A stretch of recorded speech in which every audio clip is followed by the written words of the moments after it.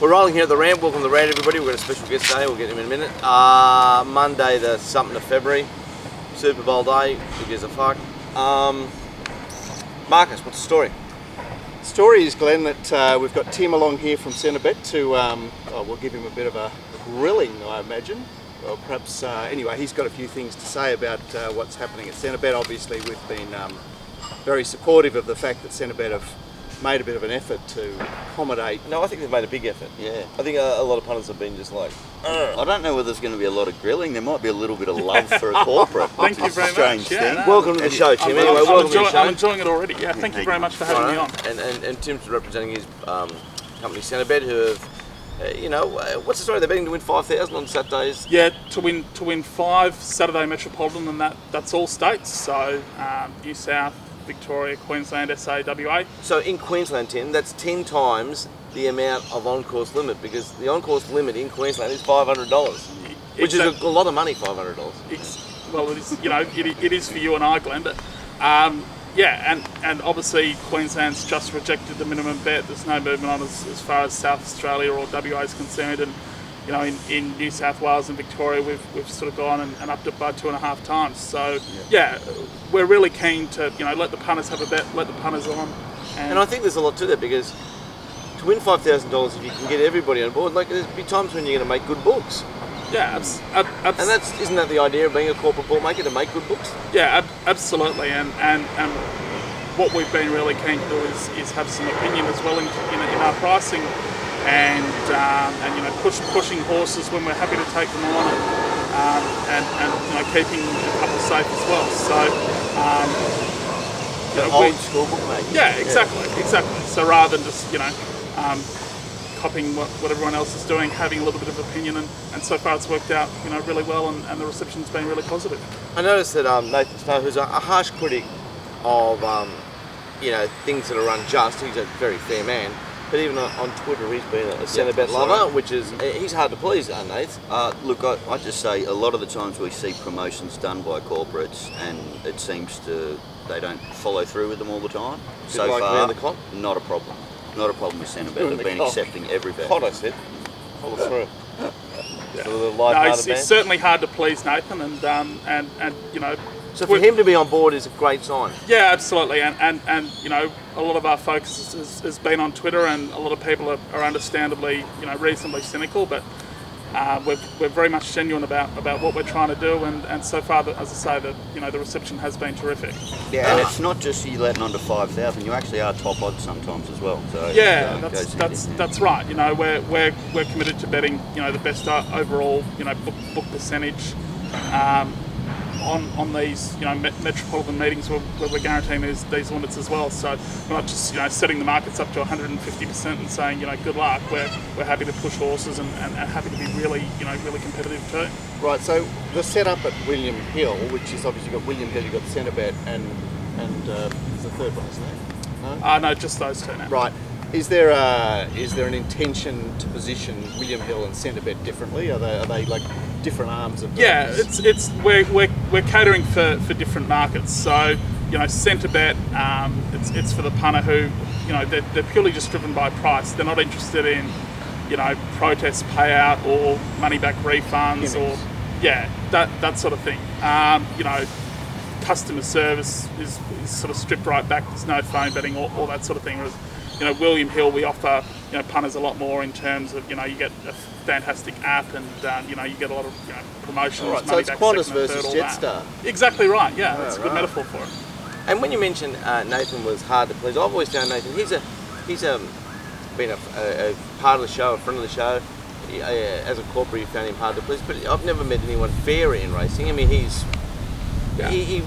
doesn't really want it his way. He wants it the fair way. That's a fair way to put it, isn't it? Yeah, absolutely. Is he hard to handle as a corporate customer? No, he's a very smart punter, and he's very hard to beat. But isn't that part of the game? Exactly You right. You have to deal with that 2 or 3% of people that are like that, and then manage your business that way, and then live off the cream and pay the expenses of the 97% of the people. Isn't that the way it all works? Or? Yeah, that's right. It's up to us to manage our books in the best way possible. And having someone like his information, isn't that a good thing? Yeah, exactly. Can't you work around that sometimes? Yeah, too? we can absorb all that and use it to shape our books, and yeah, it's been going really well. Well, good on Centerbet. Yeah, so William Tim- Hill or Centerbet doing the betting? Which one was it? Centerbet. Centerbet. Right. So, The original comms joiner.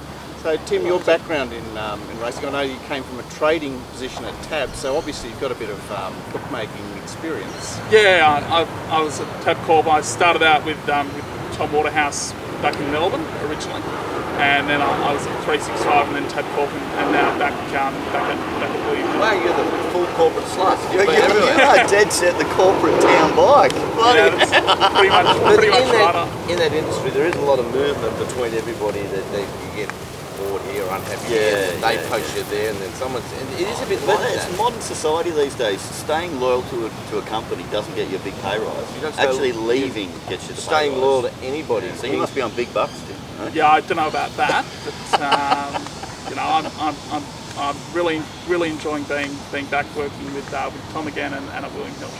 Okay, all right, that's like full circle sort of thing. And do you take any interest in the races themselves? You know, obviously we're a tightly focused. Yeah, absolutely. I love the game, and you know, I enjoy having a bet myself, and I've owned horses and that sort of thing. So yeah, I love it. So you're a full okay. participant. Yeah, Good on there you, you go. Tim. Well, Glenn, we had a well, I won't say it was a tough day at Randwick on Saturday. I mean, it was. Gordy described the day coming home as a bit of an A from B from C day, or ABC day. What do you mean when you say that, Gord? What exactly does that? Well, the horse with the obvious form in a lot of the races just won the races. You know? So like Montauk was reasonably obvious. Veronillo coming from that stable was reasonably obvious. Religified, reasonably obvious. Galcello, super obvious. Then you had a couple of anomalies there, but you can get that in a highway. But you can also see after the race why them horses won too. Like Well- I told Georgie he freshened up back in distance. Yeah, Got to and the right Man part of from the track. Uncle, Anthony Cummings, 1,000-metre trial, ready to go first up. In a race where the race looked up for grabs late, Bazell had absolutely no price on the fare. Coming through seemed to be having a run, and spending to win wasn't even in my numbers. He paraded like a skunk, and so therefore throws up that. And then you get back to the Mares race.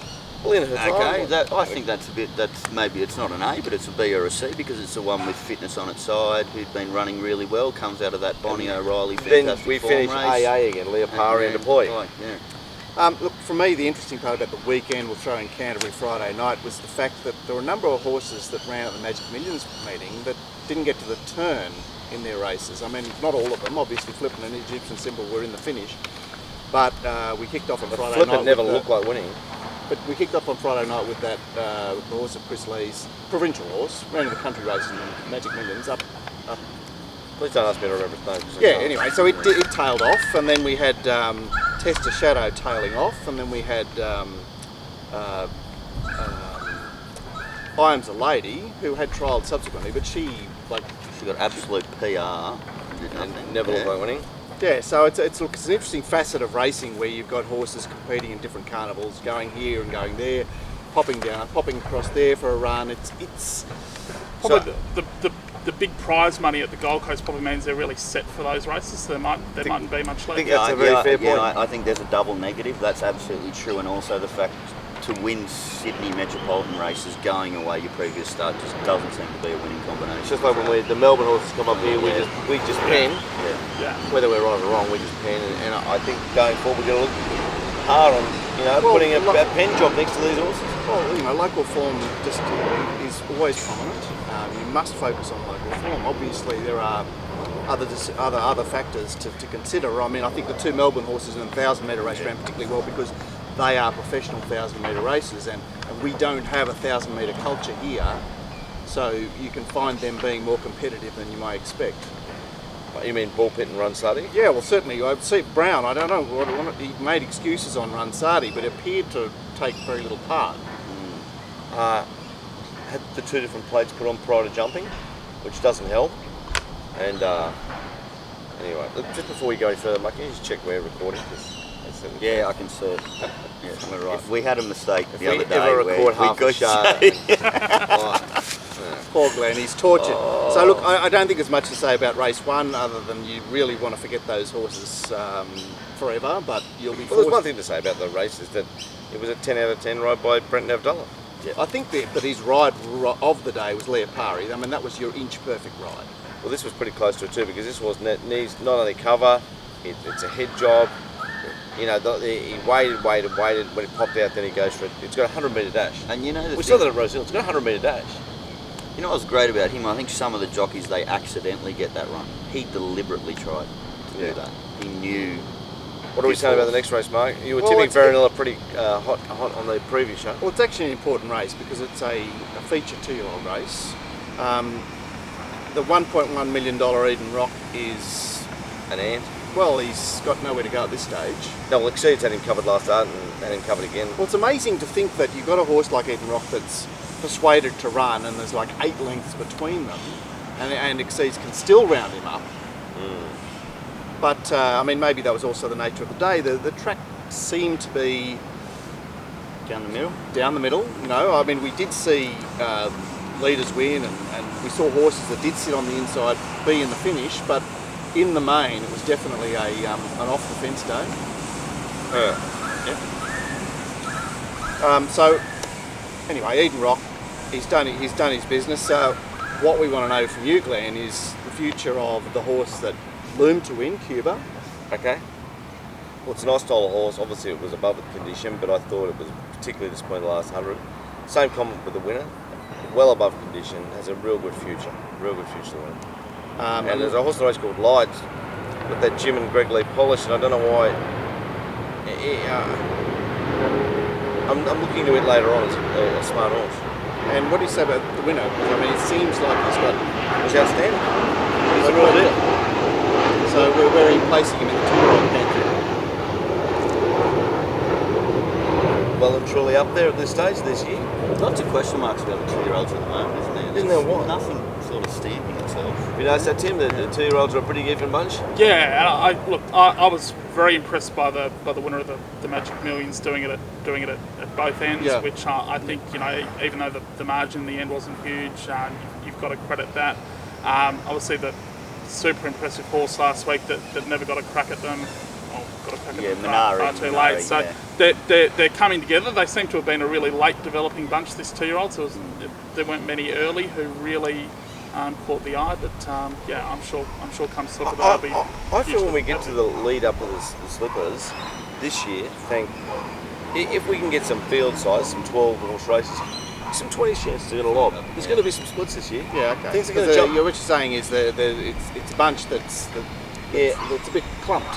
Yeah, and I just don't think we haven't seen full exposure. And there's going to be little hidden gems there. Hopefully I can find one. But there are so many 2-year-old races around that we're going to see lots of these 6-horse races. You know, I mean, how many did we see in the Capitalist Slipper lead up last year at Randwick? The Skyline. The first 3 races on Saturday, 6, 6, 7. This extra money in racing, in prize money, has not helped field size at this stage. Well, but we've spoken about that often, and it's because this top of the tree here. It doesn't matter how much money you throw at them. There's only a pool of 200 horses or whatever. Yeah, but Mark, there's also, you can go and run around in the bush on a showcase day and you run around for $30,000. Yeah, I mean, you know, I think you could probably not worry about prize money for field Saturday racing. You know, because you. What do you mean, increasing it? Well, you're just going to be giving it to the same people. Yeah, well, fucking bring it down. Send some of the punters' way. I still think every punter that walks through the door should get $50 note. So Chris Waller trained 3 winners on Saturday, Glenn. He's in the middle of a slump. Yeah, but I felt like he's coming out of it, working his way through it. He's got the old stage of Religify. He's like, what's Religify? It's just a loyal old wife, isn't it, Religify? I'd say that the 3 horses that won have shown that the downturn in Waller form at the moment wasn't current with them because they'd already had decent runs previously. And I agree with that because Montauk is winning by a head in a race where all his form's exposed. I mean, he would probably hardly had a gallop. Leopari, was unlucky last start, but shown that he's still in decent form. He's in his groove. He's in his groove, and Religify's in his groove. And yet you see a horse like Nikitas, which was surprisingly I'll ring you back, short. mate. I'm doing the show. Just be uncompetitive back in the field. Yeah, and that's the unfresh. That's like. Yeah. Can you sense that in the parade, or is it something else? Didn't have Nikitas in the numbers anywhere, did we? We had Leopari second. We had we had Legify and Montauk all up there on the numbers, but all the fresh stuff, no. So the one that is interesting, Glenn, because you said it looked really good, was Ritsu, wasn't it? So it did look really, really good. Where's the end up finishing? Well, she's unfortunately sat on a rails position in the run, which was going to be against her. Yeah, which She finished sixth. She got beaten 2.5. Well, they could also in front of her. Yeah. I mean, in her time, Egyptian Sybil, Flip and Danish Twist. They're good horses. I just really want to get a gauge on how I'm going to handle that stable in the next few weeks. Well, have you got any opinion on this, Tim? Have you got it like in Yeah. the corporate world? Has Chris Waller got the? No, it's certainly been acknowledged, but at the end of the day, he's still trained 3 winners on a Saturday. So from our point of view, we can't just say, well, geez, we'll be top odds at everything to swallow because enough of them are winning. I think his results the last couple of weeks have improved. I tend to think the slump might be done with, but I've heard corporates really profile punters, which what I mean by that, I mean you try to who are winning. Do you guys profile certain punters that bet for certain stables, or do you notice? So do you say, oh, Waller's man's back this, or Waterhouse's money's on? Well, it's hard to say your boss. There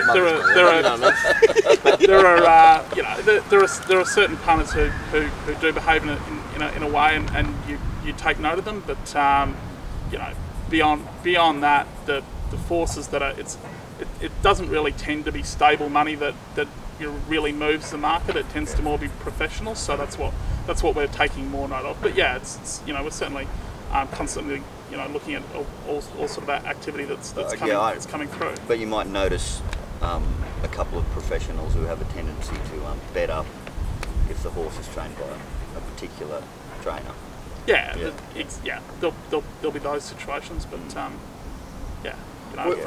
Would you say that the corporate landscape is a good place to get feel for the market? Like once upon a time, the only place was the track, and obviously you had off-course action that was somehow finding its way to the track. But these days, the track is like it's like a sideshow almost. Yeah, that's right, and obviously, in terms of pricing, really the fair is king, and there'll be, beyond that, there's probably a handful of punters who, when they bet, really move the market.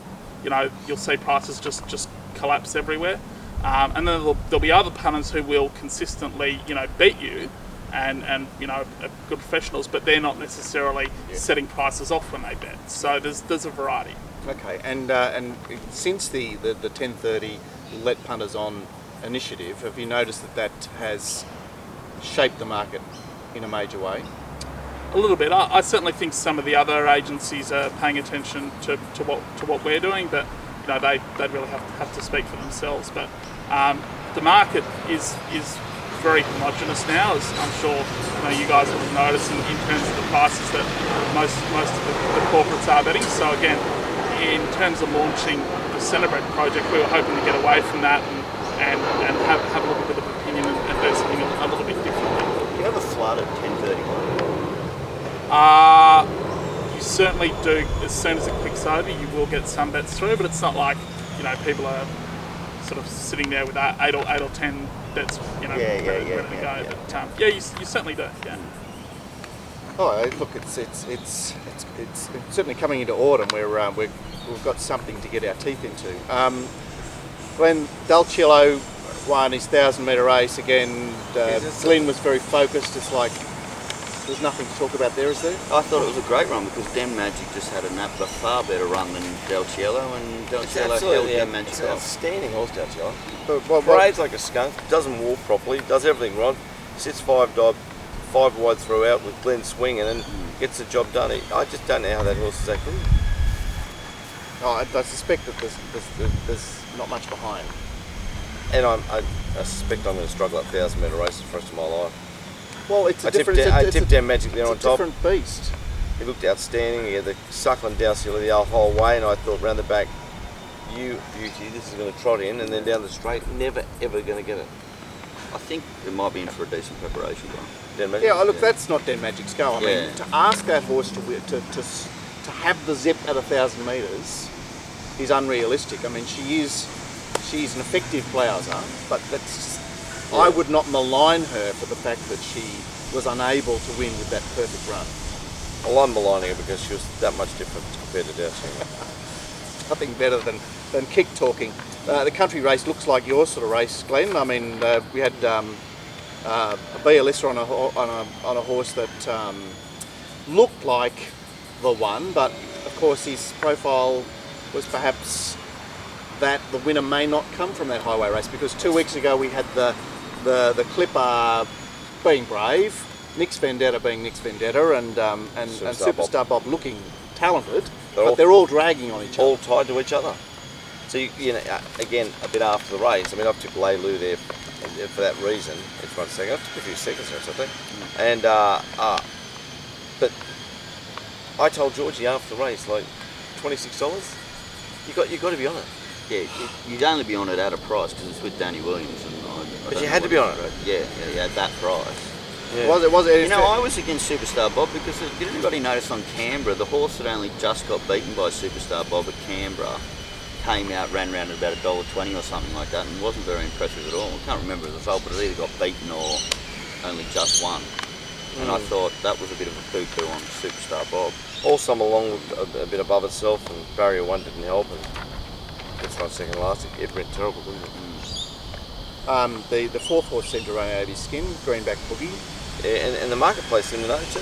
Very sold at $31. Well, that's the beauty of the marketplace, isn't it? You know, there's so many freaking clever people in this that in wagering, and it's become one of these really tight games where there isn't a lot of supply, but there's so many clever types that it's, you know, we're all trying to eat each other.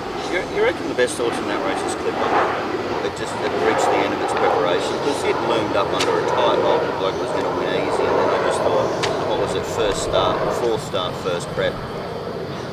Possibly. Didn't have it at the end. Possibly. Possibly. Anyway, look, I think the thing to take from the race, and it happened again later in the Royal Sovereign, is it the Royal Eskimo Prince, sorry, the Eskimo Prince, is that if you've got a situation where a few horses are tied to each other, it opens the race up for something else. We had a situation where Guard of Honour and Spending to Win are tied to each other, and they're basically doing each other out of the race. And that's what I mean in that race there, because then they're tied to each other strong. You got coming through and Bazell like completely off on the fair, after the race, Man from Uncle wins $31 into $17. You go, oh, that makes sense now. Yeah, unfortunately, too much makes sense after the race. But it's still, going forward, it's still not a bad. Like all the very smart blokes price races after the race, trying to find the keys to the kingdom. Well, Gord suggested Man from Uncle. I'm not sure if you did on the show or whether it was later on. Yeah, but I think it was tied. Forgot to mention on the show. It was tied to the fact that the trial was interesting. Like, you see a horse ping the lids in a trial, that's a very positive sign. You've been saying that for years, mate. Well, I ping the lids in a race particularly, but when I went back and looked at Man from Uncle, there it is, best away in its trial. I'm thinking, it's a 1,000-metre trial. It's like, if you have a look at his previous trials, in his first preparation, slow away, slow away, slow away, he comes back off a short break, been down to Melbourne, short break, has a trial, and he's like pinging the lids. Like, there you go. It's, as I say, all too easy after the race. Talking about pinging the lids in the trial, did you see in her time ping the lids in the Gosford trial? Or the Wyong trial? Yeah, everyone went back and had a look at it. Well, you went back and had a look at that trial after the race. In her time... Just can't get over bar plates, though. Can't get over the bar plates either. someone Someone had to go at you about it after the race because you. It's all right. We'll get to that in part 2. I don't mind. But How would you mind? It's good. she was she Johnny on the spot there? Is it like, you know, I perfectly primed for the race, meeting a few that are, you know, like, you know, have been somewhere else and are not actually. A little bit. I had a third pick on my numbers. I thought she was big odds. I thought she prayed great. So she's just doing a great job this time. What do you make of the run of Circular? I haven't looked at it yet, mate. She well, she just seemed to mosey home quite well for a horse that didn't appear suited. Typical O'Shea first up. They mosey on home, have a little look round, get her ready for a scone race or something. And Saritzi, you've already suggested that it's one to keep an eye on for that preparation. The penultimate was a dum-de-dum-de-dum-de-dum-de-dum. You were very keen on Imanui. He's nearly got there. But he seemed to take a long time Well, I to was wind very up. keen on him in the Friday preview shoot. Yeah. I wasn't super keen on him sat there from the parade, was I, Gordon? Nope. No. I tipped something to beat Leopari. Who did I tip? I mean, No, my number numbers five. was Iconic to beat Iconic. Leopari. I think I had him in fourth and a bit disappointed with that parade. And I thought it ran out of his skin. Okay, so an excuse for him? He's the best horse in that race. Yeah, But, where he goes go next, back and every- watch the race. He took forever to wind up. because And, he wasn't right from the parade. If he was right from the parade, he wins by 2 or 3 lengths. All right, so can he come right next time? Absolutely. Right. Okay. Horse Watch this space. Yeah. And the last race was a bit of a hollow, empty sort of race. You know, would deploy be effective at 1400? Well, he's sort of got conditions to suit. I mean, the second horse is a hard trier. The third horse is relatively brave for who he is. It was a jog. Now, Yeah. that's, you know, the first, second, and third were second, third, and fourth around the bend. They had lie direct in front of them. There was the Nikitas is tailed off last. No one, every person in the marketplace said, "Why is Nikitas so short?" Wearshaw gets back and just runs on, drives us all completely mad. I don't think there's much to talk about that race. Were there any bets for the boy? Yeah, a couple late, but yeah, he was a big drifter, which surprised me. I mean, I think sometimes, you know, we tend to look past the form horses who just keep winning. Yes, I totally agree with you. Again, yeah. you put 3 in a row together. A couple of them have been pretty comprehensive. You look at the winner, but there was a massive drift. So I'm not sure. We laid him late. To There a is an couple old of school of thought with, what do you call them? Wickets? Picket fence. Yeah, the Picket fences. There's an old school of thought called, once 3 in a row, how's it going to win 4? You know, like, how Yeah. isn't it? Well, exactly like that. You know, the thing is, well, it's 1-3. You can only beat what's sort of behind it as well. So yeah, See, it certainly surprised me that it drifted down. We've made mistakes twice now with, Only twice? well, they're two exact $2 same million? examples. So it was Dylan's Rojo, remember, we thought, oh, that's gone now, but then it went in that really weak race and sort of had to be a chance again, and Deploy was exactly the same situation. So, And I know Deploy was out at 1400, but its last start win, the last probably 50, 100 metres was the best part of its race. So it's every indication it could get it. That is every indication you get it, especially when it was soft up front. So Yeah, it's also the beauty of racing. We're all trying to be so fucking clever all the time. You know, I'm trying to see past the obvious. That but actually it means that it keeps the obvious people in the game, because there's so many ways to look at it. And yes, I want to be clever, but I'm actually outsmarting myself here. It's like when you have a friend who's not involved in racing, they come out the races, they do a little bit of form, and they go, "Oh, that's immoral," and it wins, and you just go, Can you please leave now? Can I fucking stab you right in the ear? there's some sort of expression about clarity, isn't there? Or there's paralysis by over-analysis. Yeah, which is yeah. what And there's we're also suffering. and the effective player is Moto, master of the obvious. Yeah. I met up with a good golf friend from like 35 years ago, and I said, "Oh, what happened to that bloke? What happened to that bloke? What happened to that bloke?" He said, "Oh, that bloke won the Vic Open, and it's a big tournament, the Victorian Open." And I said, "Wow, he made it." He said, "No, about 3 months later, he got the yips." I said, "Well, he couldn't putt anymore because yips." He said, "No, he got the yips in his swing." So, fucking couldn't even take the club. Oh, poor bastard. Poor bastard. So sad. Anyway, Yeah. I got the yips in life. Look, that's the end of part 1. We're here with Tim from Centerbet, or William Hill, or Centerbet. Jet Stark Corners. And we'll be back for part 2.